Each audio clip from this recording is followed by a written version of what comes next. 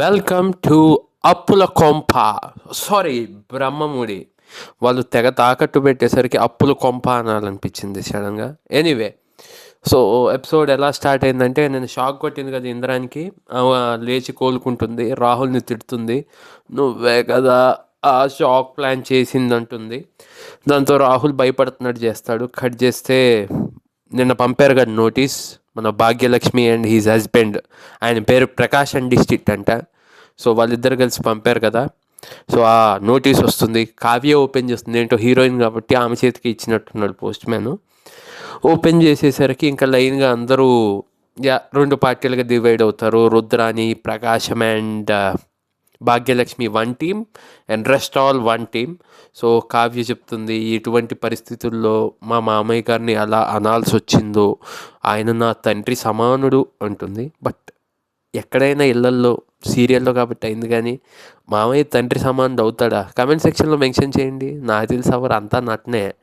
Okay, anyway, personal విషయాలు పక్కన పెడితే ఇలా కొట్టుకు చేస్తుంటారు. ఈ లోపల ముసలావా, మా ఆయన ఇవన్నీ చూడలేకే పడున్నాడు మంచం మీద 2 నెలల నుంచి. పాపం ఆయనకి సీరియల్ వాళ్ళు పేమెంట్ ఇవ్వట్లేదేమో, హాయిగా 2 నెలల నుంచి క్యారెక్టర్ లేదు.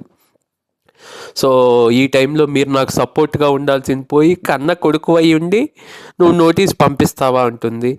దాని తర్వాత ఆ ప్రకాశం కూడా అందుకుంటాడు, ఈ కావ్య మా అన్నకే రెస్పెక్ట్ ఇవ్వలేదు, నాకేమి ఇస్తుంది అంటుంది. భాగ్యలక్ష్మి, నాకు మా బావగారికి ఎన్ని అభిప్రాయ భేదాలు, ఏమి అభిప్రాయ భేదాలు ఎప్పుడేం చూపించలేదు, ఉన్న ఆయన నేను ఎప్పుడు పల్లెత్తి మాట అనలేదు అంటుంది. ఆ పళ్ళేం ఎత్తుగా ఉండవు, ఎస్ అనలేదు అంటుంది. దాని తర్వాత ఇంకా ఇలా గొడవ జరుగుతూ ఉంటుంది. సో చూద్దాం రేపు మరి వీళ్ళు కోర్టుకు వెళ్తారో లేదో, అదే ఆస్తిని 2 ముక్కలు చేయాలని రేపు కోర్టుకు వెళ్తారో లేదో రేపు ఎపిసోడ్లో చూడాలి.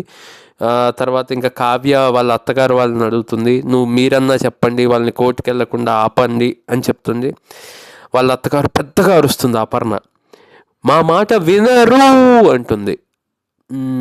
పాపం అసలు నిజం ఏంటంటే, ఒకవేళ వాళ్ళు కోర్టుకు వెళ్తే సగం ఆస్తి రావాలంటే 100 కోట్ల షూరిటీ కదా, 50 కోట్లు వీళ్ళకే వెళ్తాయి, 50 కోట్ల అప్పు పోతుంది, ఆస్తి కాదు. సరే, జోక్స్ ఏ పార్ట్. తర్వాత మధ్యలో కాసేపు కళ్యాణ్ అప్పుని చూపిస్తారు. ఏంటో అప్పుకి మొహం మీద మొటిమలు వచ్చాయి. పోలీస్ ట్రైనింగ్లో బాగా వేడి చేసే ఫుడ్ పెడుతున్నారో ఏవో తెలీదు, మొటిమలు అయితే కొన్ని కనిపిస్తున్నాయి. అండ్ నల్లపూసలు వేసుకుంది అప్పు, కొత్తగా పెళ్ళైందిగా, తాళి వేసుకోవచ్చుగా. ఈ సీరియల్లో ఏంటో అయితే తాళి బయటకు వేసుకొని వేలాడుతుంటుంది, లేదంటే నల్లపూసలు వేసుకుంటారు ఒకటి చిన్నది. ఏంటో మరి, అంటే బయట ట్రెండ్ అట్లా నడుస్తుందేమో, నాకు తెలీదు. సో బట్టలు సర్దిస్తుంది కళ్యాణ్తో. ఏమో మొగుడుతో అందరూ పనులు చేయిస్తారేమో ఆడవాళ్ళు. అప్పు, నేను అక్కడికి వెళ్ళాక ఎలాగో కష్టపడాలి, ఇక్కడ నువ్వే సర్దు అని వాడితో అన్ని రకాల బట్టలు సర్దిస్తుంటుంది.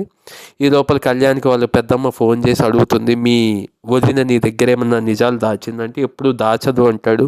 మరి మన అవుట్ హౌస్ తాకట్టు పెట్టారు నీకు తెలుసా అనగానే ఒక రకమైన ఆశ్చర్యానికి గురవుతాడు కళ్యాణ్. అలా గురవుతాడు. అండ్ ఎస్, ఇది కొద్దిగా ముందు జరుగుతుంది. తర్వాత ఎపిసోడ్ క్లోజింగ్ అయితే అక్కడే మన దుగ్గిరాల ప్యాలెస్లోని గొడవతోనే క్లోజ్ అవుతుంది. So let's watch. రేపు మరి కోర్టుకు వెళ్తారా లేదా ఎవరైనా ఆపుతారా అనేది రేపు చూద్దాం. Thanks for watching this video, and for more videos please subscribe my channel Harsha talks here.